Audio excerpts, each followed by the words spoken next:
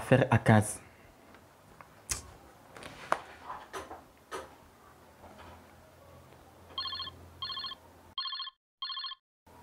Allô?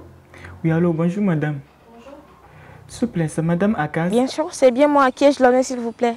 Je suis Jean-Pierre, défenseur des droits de l'homme, près de l'Association de défense des droits de l'homme. Je suis Jean-Pierre, défenseur des...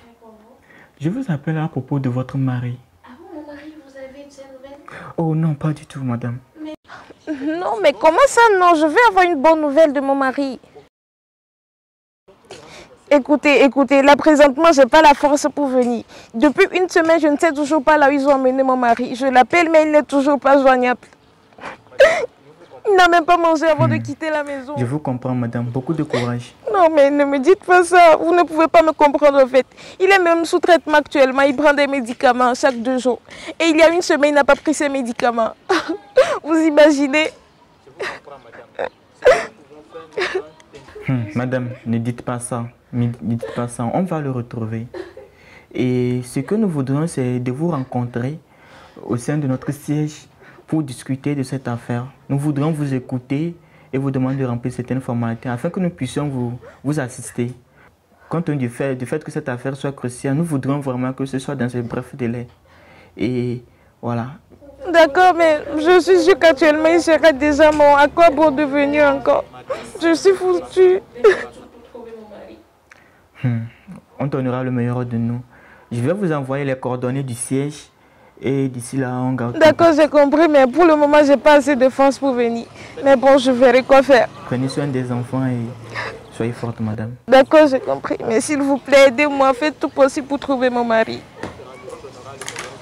Madame Sophie. D'accord, merci.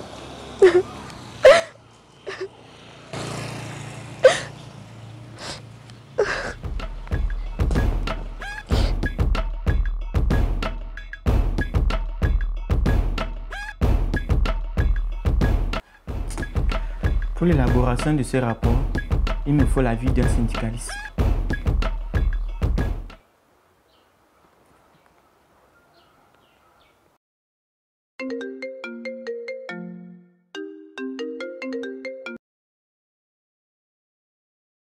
Allô? Oui, allô? Bonjour, monsieur. Bonjour, monsieur. À qui ai-je l'honneur? Je vous appelle du groupe des acteurs nationaux de défense des droits humains.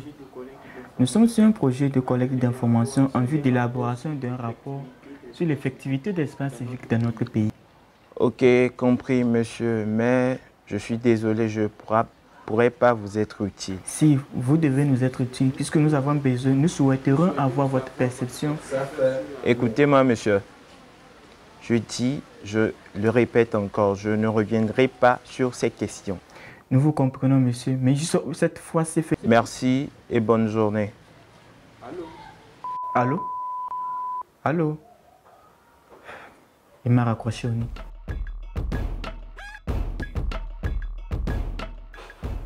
Ça fait la 5e personne qui me raccroche au nez. Comment vais-je faire pour rédiger ce rapport? Dans ce pays, tout le monde s'auto-censure. Tout le monde a peur. C'est compliqué.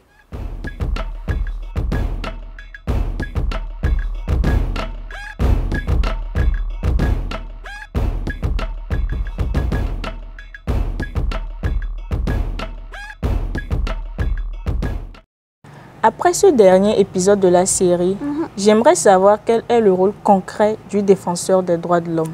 Ta question est pertinente, mais avant de répondre, je voudrais attirer ton attention sur le fait que le Togo ne dispose pas à ce jour d'une loi pour les défenseurs des droits de l'homme.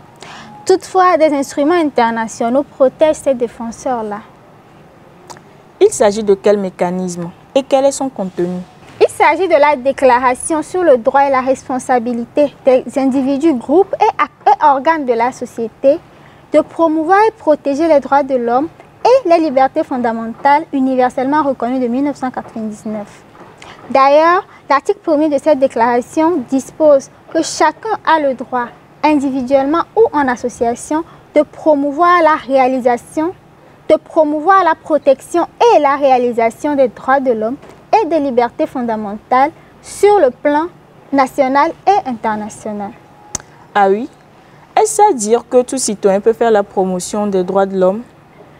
Effectivement, j'ai même mieux pour toi. Chacun peut, individuellement ou en association, obtenir, rechercher, détenir, conserver des informations sur tous les droits de l'homme et sur toutes les libertés fondamentales quant à la manière dont il est donné effet à ces droits et libertés dans le domaine législatif, judiciaire et administratif national. C'est l'article 5 de la même déclaration qui l'affirme.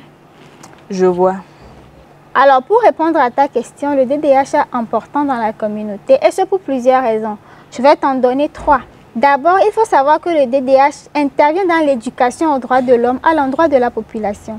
Ensuite, il seconde l'État dans l'accompagnement et l'assistance juridique aux victimes de violations de leurs droits.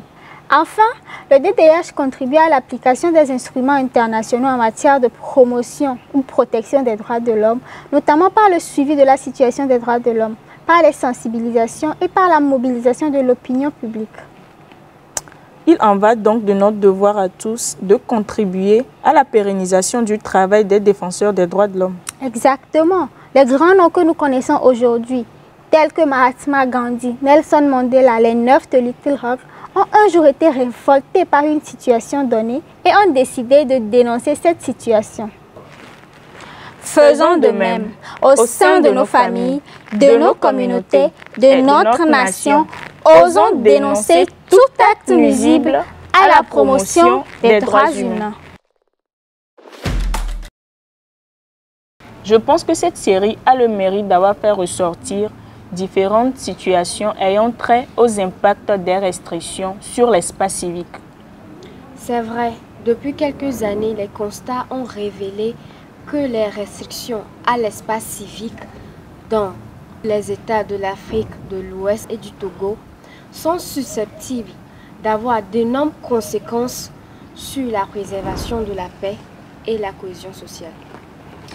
Exactement. C'est d'ailleurs pour ça que les citoyens doivent exercer leur liberté de réunion, d'association et d'expression dans le respect des lois et mesures en vigueur dans le pays. Et le contrôle de l'État ne doit pas être de nature à empêcher l'exercice d'un droit ou d'une liberté. Tous ensemble, tous engagés en faveur d'un espace civique plus ouvert au Togo.